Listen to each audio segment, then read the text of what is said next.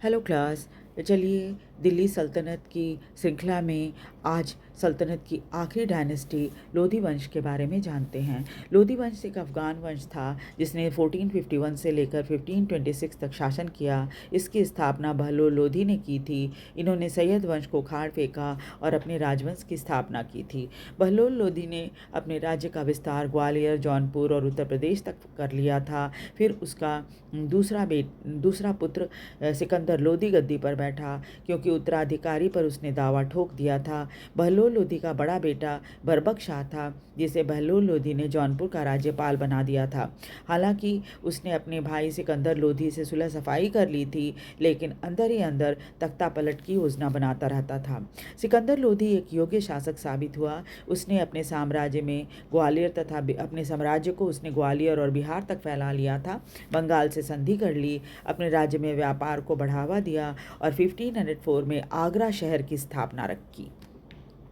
सिकंदर लोधी सल्तनत काल का एकमात्र सुल्तान था जिसने लूटे खजाने से कभी भी हिस्सा नहीं लिया और निर्धनों के लिए मुफ्त भोजन की व्यवस्था कराई। लेकिन नगरकोट के ज्वालामुखी मंदिर को उसने तोड़वा दिया और स्त्रियों को पीरों और संतों की मजार पर जाने से रोक लगा दी थी। सिकंदर लोधी ने और भी कई कार्य किए, जिनमें अनाज से कर हटाना, कपड़ा तथा अन्य ज़रूरत की वस्तुओं पर से भी उसने कर हटा दिया था, जिससे अनाज, कपड़ा और ज़रूरत के सामान सस्ते हो गए थे। सिकंदर लोधी मेवाड़ के राणा सांगा का समकालीन था। उसकी मृत्यु 1517 में हो गई थी और उसके बाद उसका बेटा इब्राहिम लोधी गद्दी पर बैठा। दिल्ली के लोधी गार्डन में सिकंदर लोधी को दफना दिया गया था। इब्राहिम लोधी सल्तनत काल का आखिरी शासक था। उसने 1517 से लेकर 1526 तक दिल्ली पर शासन किया।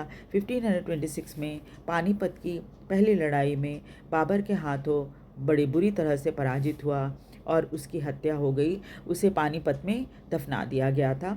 दिल्ली में मुग़लों का शासन उसके बाद शुरू हो गया था। वीडियो को लाइक और सब्सक्राइब ज़रूर कर दीजिए। Thank you very much.